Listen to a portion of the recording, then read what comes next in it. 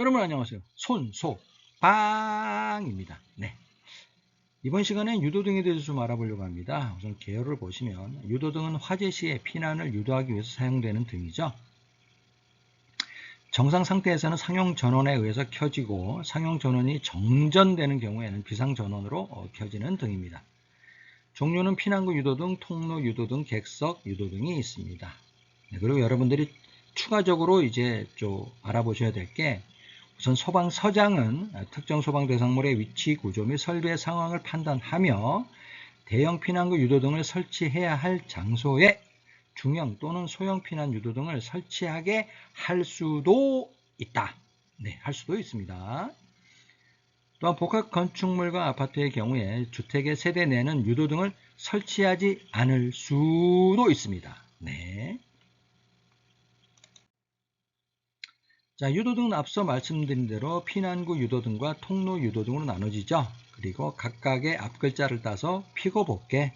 네, 왼쪽 아래 그림이 있습니다만 담배 피고 복개. 담배 피고 복개.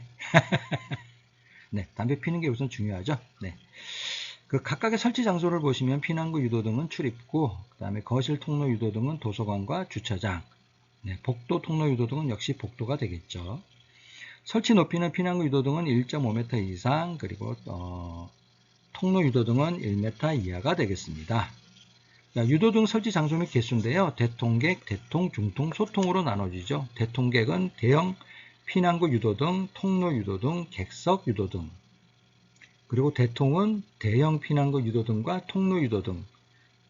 중통은 중형 피난구 유도등과 통로 유도등. 소통은 소형 피난구 유도등과 통로 유도등이 되겠습니다. 자, 여러분 이 각각을 외우실 때는 자, 공유카 전방에 있는 지상열의 위판장에서 전화를 했어요. 야, 짐은 또 11시 상호에 숙박시설에서 찾아서 다보가 업종 공창 근교로 가져와. 네, 이렇게 여러분이 외우시면 되겠습니다. 공유카 전방에 있는 지상열의 위판장에서 전화를 했어요. 짐은 또 11시 상호에 숙박시설에서 찾아서 네, 다보가 업종 공창 근교로 가져와. 네, 대통객에 해당되는 것은 공연장, 유흥주점, 카바레가 되겠고요. 대통에 해당되는 건 전시장, 방송, 통신시설, 지하상가, 지하철역, 의료시설, 위락, 판매, 장례시설이 되겠습니다. 중통은 지하층, 무창층 또는 11층 이상의 특소물, 오피스텔, 숙박시설. 그 다음에 소통은 다중이, 복합건축물, 아파트, 업무, 종교, 그 다음에 공장, 창고시설, 근린시설, 교육, 노유자시설이 되겠습니다. 자, 유도등은 60에 20에 2죠. 보통 20분 동안 켜있는 걸 기본으로 하고요. 근데 60분이 필요한 거는 지제11상의 지상역 장터, 네.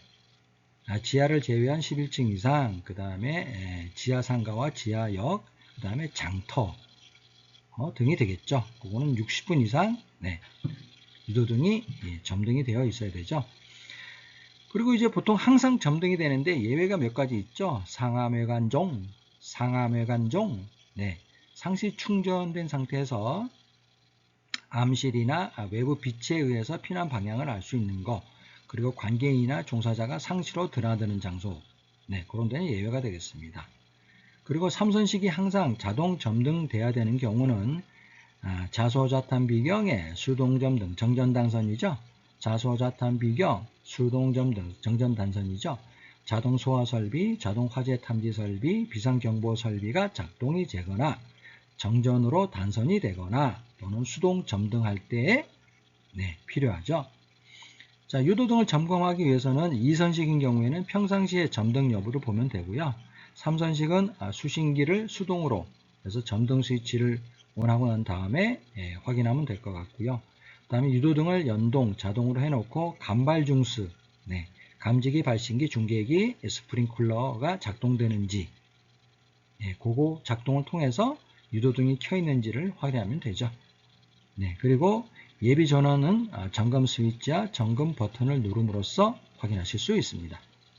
네, 이번 시간에는 유도등에서 알아봤고요. 제 강의 내용이 마음에 드시면 좋아요와 구독 팍팍 알려주십시오. 여러분 감사합니다.